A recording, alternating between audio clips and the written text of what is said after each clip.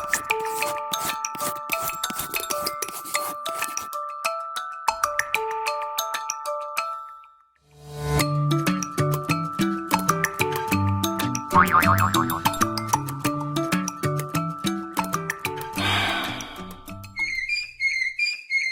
there, Kinventors!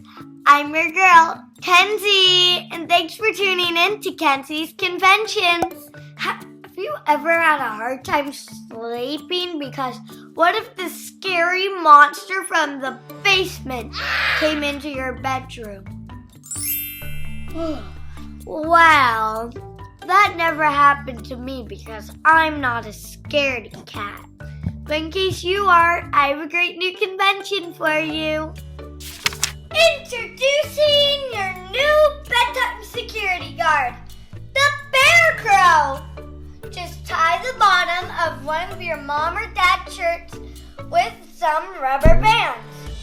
Then stuff all the stuffed animals you can fit inside.